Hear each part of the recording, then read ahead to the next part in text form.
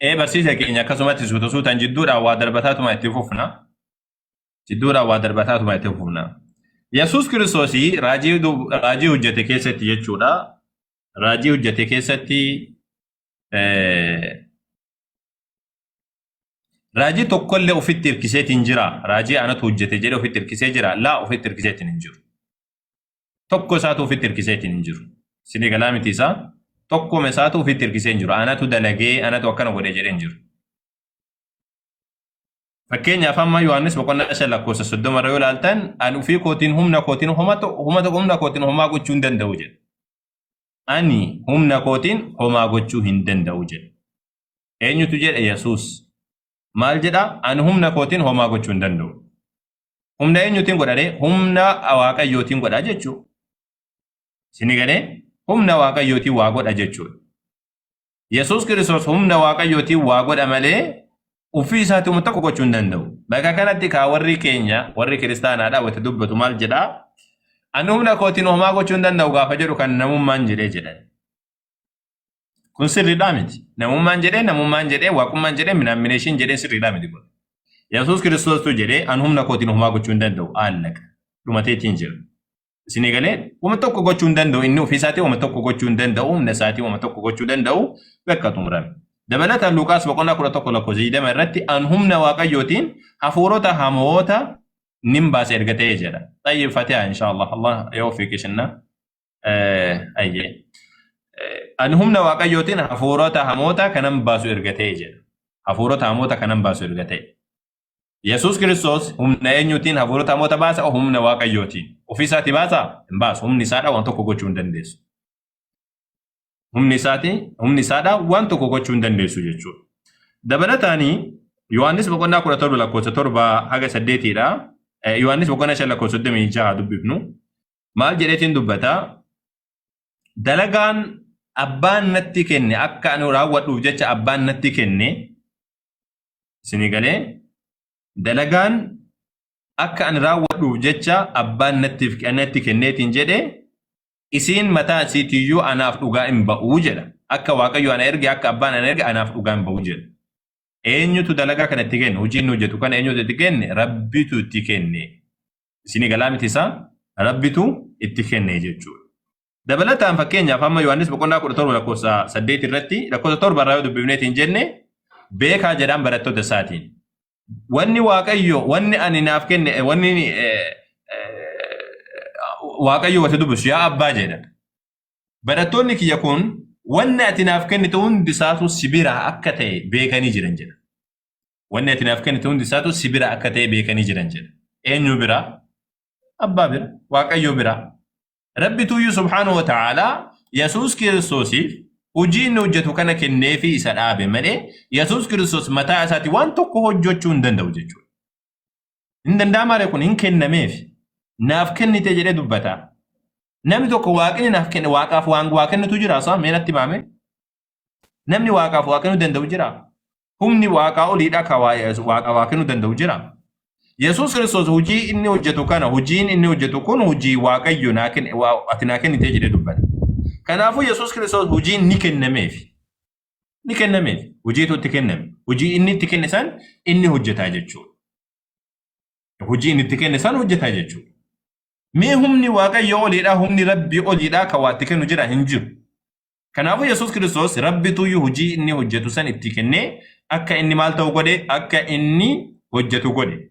Rabbiin subhaanahu wa ta'ala osoo isatti kennuu baate Yesuus Kiristoos hojii kan hojjechuu danda'a? Hojjechuu hin danda'u jechuudha. Hojjechuu hin danda'u jechuudha. Dabalataan fakkeenyaaf amma maal jedheetiin dubbataa? Gabricha akka ta'e wayita ibsu macaafa keessatti garuu ammoo warra kaatolikiitu qaba macaafa kaatolikiidha mee na bira jira laata. Macaafni kaatolikii na bira hin jiru malee sila hiika kaatolikiitu qabaasanii warri peentee kun qabanatti hin fakkaatu. Warra peentee bira jiranatti hin fakkaatu. Hojii ergamoota boqonnaa 4 irraa lakkoofsa 30 irra jira wanni sun. Maal jedhaa? Yoo kun qabaateen hin beeku miqaa. Maqaa Yesuus hojjetaa keessa qulqulluutiin dhukkubsattoota fayyisuudhaaf milikitaa fi dinqii garagaraas gochuudhaaf harka kee diriirsi jedhan jedha. Si galee akkana jedhan jedha. Maqaa eenyuutiin? Maqaa hojjetaa kee Yesuus hojjetaa kee isa qulqulluuti. Hojjetaa eenyu? Hojjetaa eenyu naaf hin himtanii? Hojjetaa Waaqayyoo. Maqaa Rabbiitiin jechuudha. Maqaa hojjetaa kee. Yesuus Kiristoos hojjetaadha jechuudha. Hojjetaadha jechuudha. Dabalataan Yohaannis boqonnaa 11 lakkoofsa 41 irraa gaafa kaaftanii dubbistanii waa'ee wannaati wal qabatee waa'ee wanna Alaazarii wal qabatee jechuudha. Yesuus Kiristoos gaafa achitti wal gahu Yesuus Kiristoos ija isaadhaa gara Waaqaatti ol ilaalee jedha. Ol ilaaleetii yaa abbaa jedhe. Ati yeroo hundumaa kana dhageessu waan beekuuf sin galateeffadhaa jedhe. Ati yeroo hundumaa na dhageessa anis sin galateeffadhaa jedhe. Yeroo hundumaa kana dhageessu hin beeku. Kana wanni an dubbadheef akka ati na ergite haa beekaniifi jedha. Akka ati na ergite haa beekaniifi jedha. Kanaafuu hojii isaa keessatti Yesuus Kiristoos hundumaa keessatti humna isaatiin osoo hin taane eenyuudhaan hojii ofiisaatti hojjetu osoo hin taane hojii Rabbiin itti kenne akka ta'e ni ibsa jechuudha. Fakkeenyaaf dabalataan hojii ergamoota boqonnaa 2 lakkoofsa 22 ilaaluu dandeenya. Yaa warra Israa'el jedhaan. Yaa warra Israa'el jedha Phexros dubbata barataa Yesuus Kiristoos. Yaa warra Israa'el isin dubbii dhugaa kana dhagaa jedha. Yesuus Kiristoos namni Naaziriit sun nama Waaqayyo hojii dinqiitii fi akkasumallee hojii dinqisiisaa fi hojii dandeettiidhaa kana Waaqayyo harka isaarra hojjetee jira.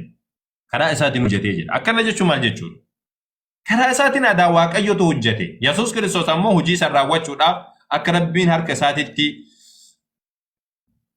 hojjetu godhe. Inni amma dubbate kun ammoo hojii ergamoota boqonnaa 22 Yesuus Kiristoos hojii dinqiidhaatiif hojii aangoo qabeessa hojii gaggaarii karaa isaatiin hojjetame harka isaa irratti hojjetame eenyutu hojjete Waaqayyotu hojjete malee Yesuus Kiristoos ofii isaatii hojii tokkoyyuu hojjetee hin jiru raajiin hojjete tokkolleen ka ofii isaatii hojjetee hin jiru jechuudha.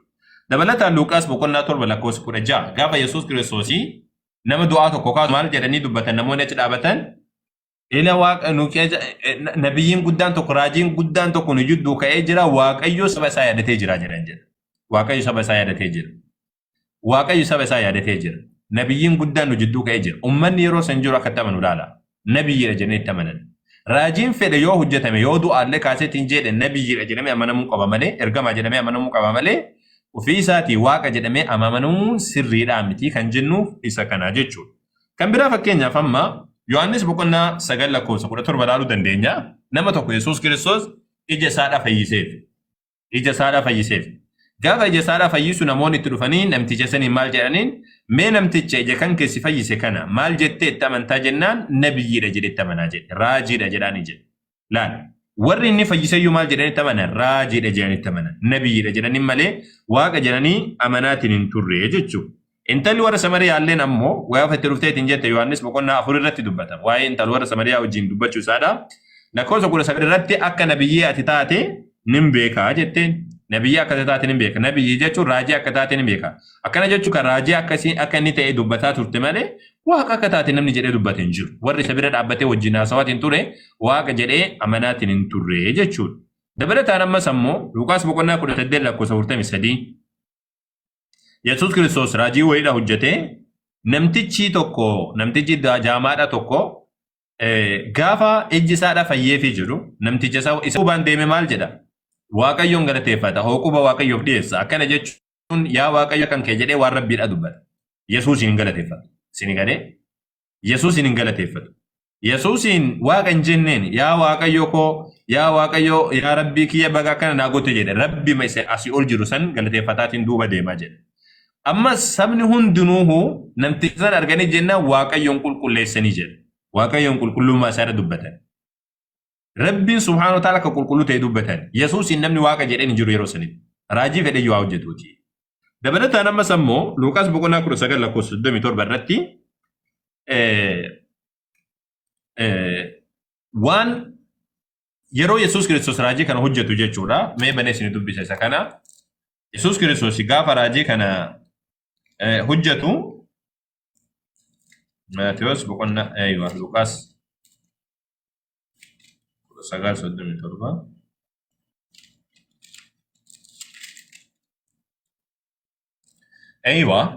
gaafa inni raajii kana hojjetu maal jedhanii dubbatan jedha mandara Yerusaalemitti dhiyaachaa gad bu'aa gaara ejersaa yommuu ga'e tuuti bartoota hundumti isaanii hojii dinqisiisaa argan hundumaaf gammadanii sagalee guddaadhaan Waaqayyoof galata dhiyeessutti kaan jedha. Eenyuuf? Waaqayyoof galata dhiyeessutti kaan. Barattoonni isaa kun guutuun yaa Rabbi situ galateeffamaadha jedhaniiti Waaqayyoon galateeffatan jedha. Eenyu? Yesuusin hin galateeffanne. Yesuusin galateeffachuu sun taane Waaqayyoon galateeffatanii jedha. Yesuusin hin galateeffanne. Hojii inni hojjete kana nabiyyummaadhaan hojjete malee waaqummaadhaan hin hojjenne jechuu waan beekaniif jecha. Hojii inni hojjete kana waaqummaadhaan hin hojjenne inni maaliin hojjete malee namummaadhaan hojjete malee jechuutti waan beekaniif jecha akkasitti Rabbiin galateeffatanii jechuudha. Kan biraatti dabalaatiin deemu. Dabalataan fakkeenyaaf amma tokko nama qaamni isaa cinaan tokko irratti du'ee jedhe jedhanii Maatoos boqonnaa 9:8 irra jira. Yesuus Kiristoos cubbuun keessii dhifameera deemi jennaan waan isa irratti mormii kaasan. Akkami cubbuun nama dhifame jettee dubbattaa jennaan Waaqayyotu akka aangoo isaaf kenne dubbatee jennaan san booda namoonni maal jedha achitti maal jedha macaafni Waaqayyo isa aaboo akkanaadhaa namootaaf kenneef hokkuu badheessan jedha.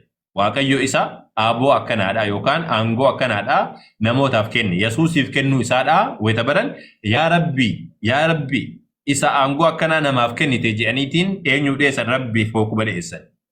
يا ربي لك الحمد ربي جاني فارون كان كيتي يا ربي جاني يجو سيري كلامتي صح فارون كان كيتي ربي جاني أكستي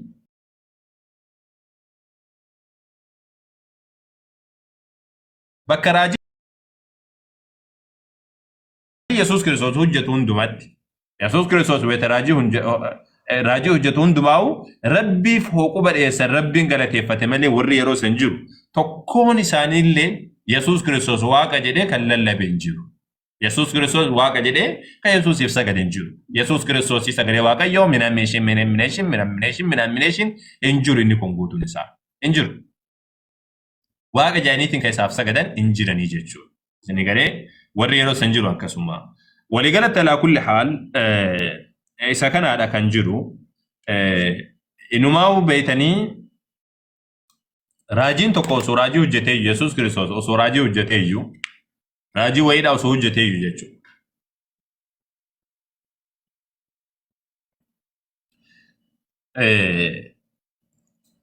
Ani waaqa jechuun isarraa tolaa hin tolu. Raajiin tokko ani waaqa jechuun tasuma hin danda'amu. Waalaikum salaam wa rahmatullahi. Seera keessatti boqonnaa 13 irratti dubbata lakkoofsa 5 irraa. Raajiin tokko raajii gurguddaa hojjeteetu ani waaqa jedhee yoo dubbate raajii san cafaqa ajjeesaa jedha. Yesuus Kiristoos ajjeefamuu qaba silaa osoo ani waaqa jedhee. Ajjeefamuu qaba seera macaafaati. Waaqni seera san baasee kee eegasanii ofii isaatii dhufee ani waaqa jedhaasa sirrii miti mataan maal jechuudha. Seera waaqaa keessatti Rabbiin akka dubbatutti akka macaafa isaanii keessa jirutti seera keessatti boqonnaa 13 lakkoofsa 5 irratti. Raajiin tokko haga fedhe raajii yoo hojjete yoo waan fedhe dalage gara waaqa biraadhaa yoo isin geesse waan biraa gabbaraa na waaqessaa yoo isin hin jedhe cafaqaate ajjeesaadha dhakaadhaan. Egaa akkas taate maarra Yesuus Kiristoos akkamitti waaqa taane hin ta'u abadan hin ta'u. Akkasiiti mee isa kana akkana jenneeti itti deebinaa yeroo maal jetta yeroo man Dubaay moo maal jedha saa dubbadhu mee yeroo man ka jedhu kun akkam nagaa qabdaa fayyaan kan kee jirti si keessa. Akkas jedhamu. Fayyaa nagaa jirtaa mee fayyaa qabdaa mee? Galata Waaqayyoo nan qaba fayyaa jirti keessa jechuun akkam? Fayyaa qabdaa jechuudha. Koo fayyaa jirti keessa. Dhiifama si aarseesaa eega si dallansiisee dhiifama. Hayi dallansootu hin taane jedhamuu qabaa siin jedhee bara. Tole. Bira dabire amma isa sana mee bira dabarraa tole. Darbuu baattus rakkoon qabu. Yaada qabdaa waan dubbataa jiru kana irratti mee haasawa qabdaa? Qoy ati musliima moo kiristaana? An kiristaana. Bareeda akkas taana. Situ kiristaanaa miti malee an kiristaana. Kiristaana jechuuni warra Yesuusin hordofu jechuudha. Quraana keessatti Rabbiin walladhiina wanna jedhee dubbatee jira. ربي سبحانه وتعالى ومطهرك من الذين كفروا وجاعل الذين اتبعوك فوق الذين كفروا الى يوم القيامه جل ورسي هردفن ورسي دوكا بوان اغا غيا قيامات غبت داساج اكن جچون نوتي كريستانا جچو مال جچو دا ور يسوس ان دوغا جدي يسوس ان برسي زافودته دوكا ديمو جچو ور واقا جدون سونتاي كنا كريستانا جچو ور يسور دو جچو دا نوتي ور يسوس ان هردفون نوتي ور نبي محمد هرد xiqqeessaa artanii. Ati kiristaana naaf himime? Kokkiyya maalitti goota hin arrabsaa taasiin jedhe natti. Akkamitti arrabsaanii maal jedhee arrabsisa? Nagaami fayyaa?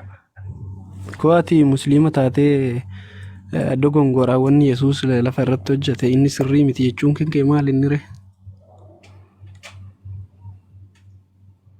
maal jedhe saani Yesuus wanni hojjete sirriidha miti jechuu jira isaan nuti bar anu hordofaa Yesuus Kiristoos hin jechuu jira bar anu hordofaa Yesuus Kiristoos rabbitu hordoftoota nuun jedhe hordofaa Yesuus Kiristoos jechuun nama Yesuusin dhugaadha jedhee nama sirriiti jedhee nama Yesuusin sirriidha jedheetiin aman yookaan ammoo Masiihiin Yesuus Kiristoos nama dhugaati jedheetiin nama amanuudha eessatti arrabse isaa hin hordofta taanaan wangeelli kun sirrii miti maal jettare waa'ee hordofii isaa wangeela keessatti barraa'ee jira waan ta'eef cinaa isaa fudhee cinaa isaa hin dhiisaa jechuun akkam maal wangeelli keessaati isaa wangeela Yesuus barreesse miti wangeelli Yesuus jiru hay kan isaa otoo ish fakkeenya inni yeroo biyya lafaa ture maal ani waan Yesuus dubbachuu jira malee ani waan Yesuus dubbadde malee ani waan maatiiwwan waan minaamineshinaati miti ani waa Yesuus irratti nattaasai wangeelli keessaati miti barreeffama keessaallee qabu Yesuus hin barreessin barreessan jenne Yesuus kana keessaan qabu achi kaa'i kana amma kan achi kaa'i barreeffamee jiru ayyaama nattaasai Yesuus hin barreessin Yesuus hin barreessin kan hin barreessine maal godhaati waan inni hin barreessine irra beeta ani Yesuusin hordofaa ani Yesuusin nama sirriidhaatti jedha malee obbo Maatiyoosi obbo Yohaannis obbo Luuqaas obbo Maarqos kunniin ammoo warra wannaati eenyu kana warra biraati Sigaleen Yesuusin waan inni barreessee lafa qabu yoo qabaate naa kenni.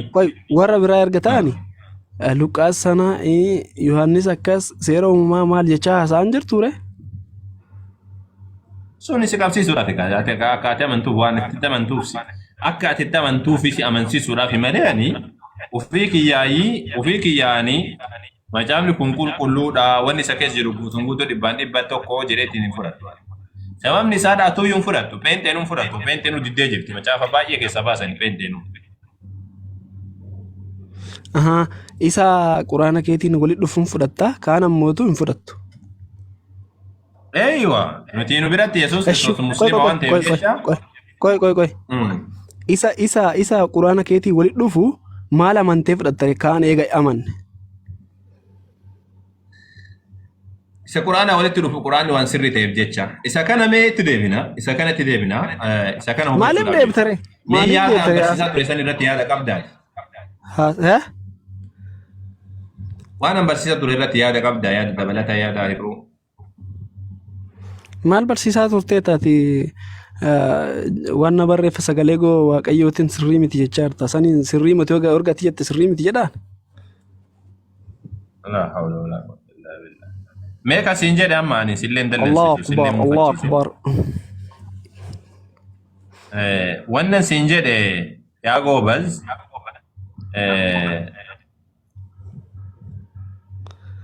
ati Yesuus Kiristoos hoogganamaa akka ta'etti amantaa akka Waaqayyo isa hoogganu akka Waaqayyo isa hoogganutti itti amantaa Yesuus Kiristoos Waaqayyotu erge ka Waaqayyotu uume Waaqayyotu erge hoogganamaa Waaqayyooti aangoo kenneef malee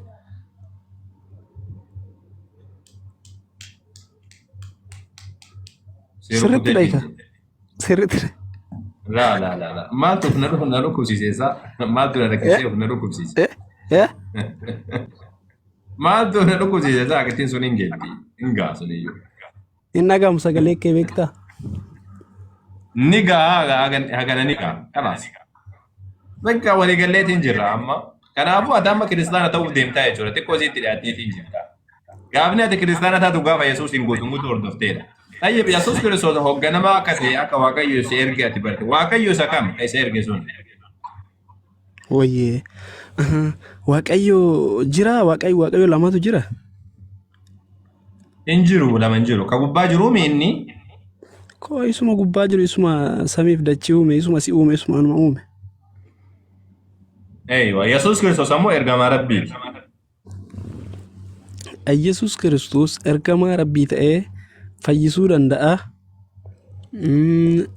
Jaamaa ija banuu danda'a.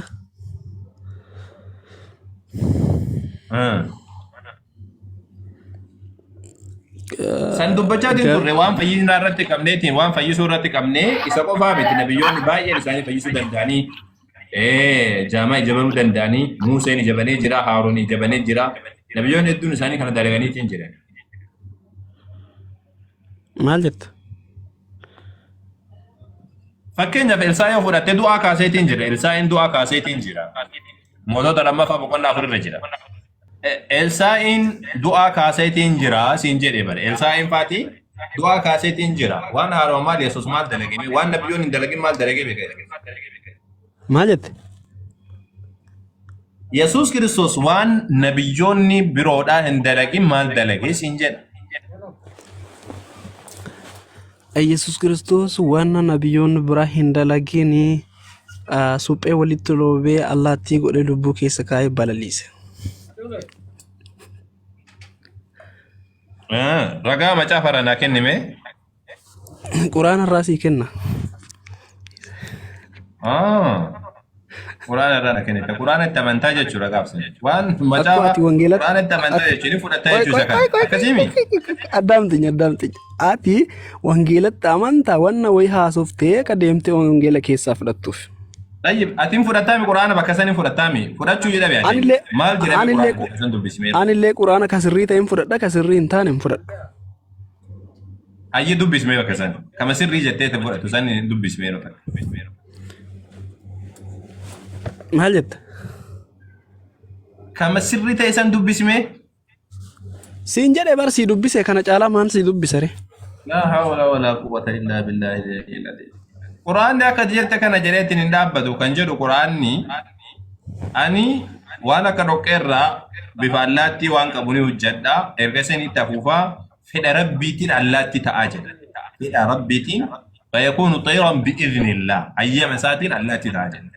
Allaattii kan ta'u dhoqqeen sun fedha rabbiitiin jedheetiin dubbata. Quraanarra kan jiru isa kan. Atamoon sobdi. Ammas dabalataani waan wannaati wal qabateeti Yesuus Kiristoos allaattii kakasanii oliidhaa Nabiyyi Ibraahim alayhi salaam hojjeteetiin jira. Suuraa Al-Baqaraa keessa jira. Rabbiin allaattii addaan cicciree allaattii jirtu kana jechuudha. Addaan cicciriitii gaara irratti facaasi wal keessa facaasiitii foon isiidha bakka garaagaraa kaayi erga sani yaami allaattiin sitti dhuftii jedheen jiraattu taatee sitti dhuftii jedheen.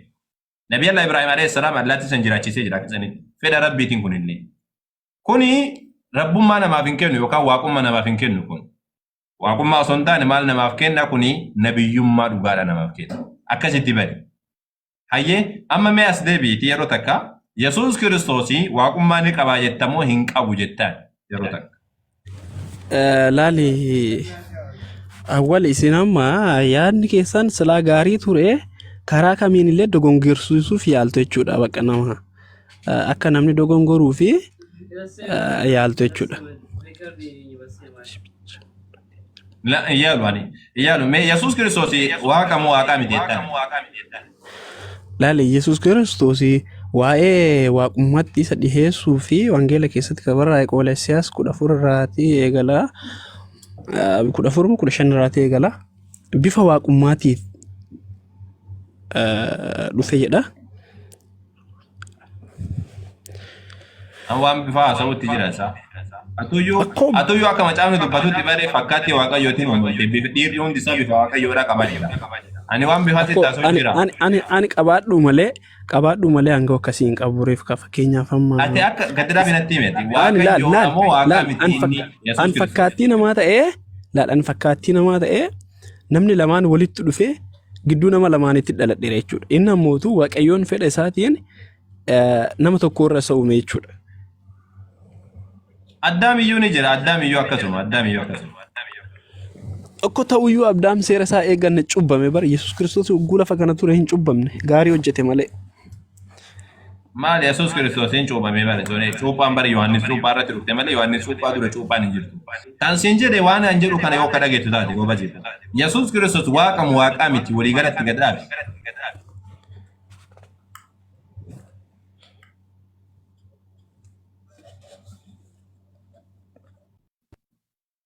jedhime yeroo maan Dubaay. ችግር ነው እንዴ ያስቸግራል? ዋቃ ሚተካ ዋቃ ጀዲ ተካ ዋቃ ሚት jedhime gad muriiti. Maan jette waaqaa miti jedheette? Waaqa. Waaqa?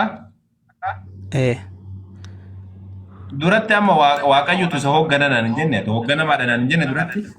Akkashu ka'anii waaqayyooti isa hoogganaa akkasiin jedhe eecha keettee irra deebitee na gaafatteeti.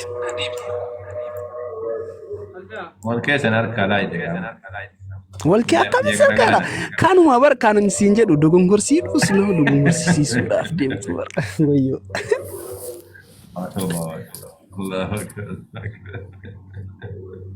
Wal keessan harkaa laayite. Abu Muaz mee haasa'aa egaa haasa'anii. Haasa'anu. Ustaad qosa jireenini yeroo baay'ee hojjetu irra isa'ee inni waan jedhe islaamummaa taanillee seenetiin keessa ture nama jabaatti keessaa bee jedha beektaa akkas dhageenya malee irraa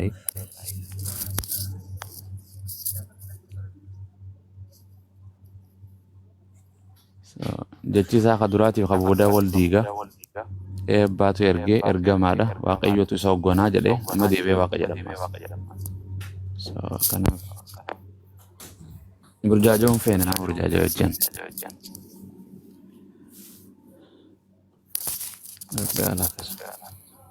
Yeroo rabbi siyaala. Awwal maaliif calliste? Azaana jira abbo. Bira salaataa jee.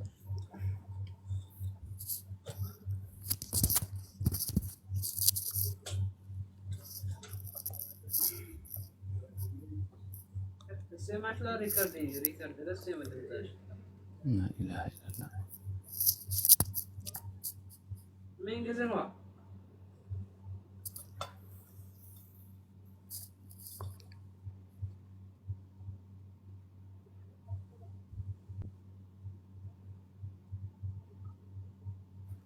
Yeroo Yesuus waaqayyoo hoogganan jenne.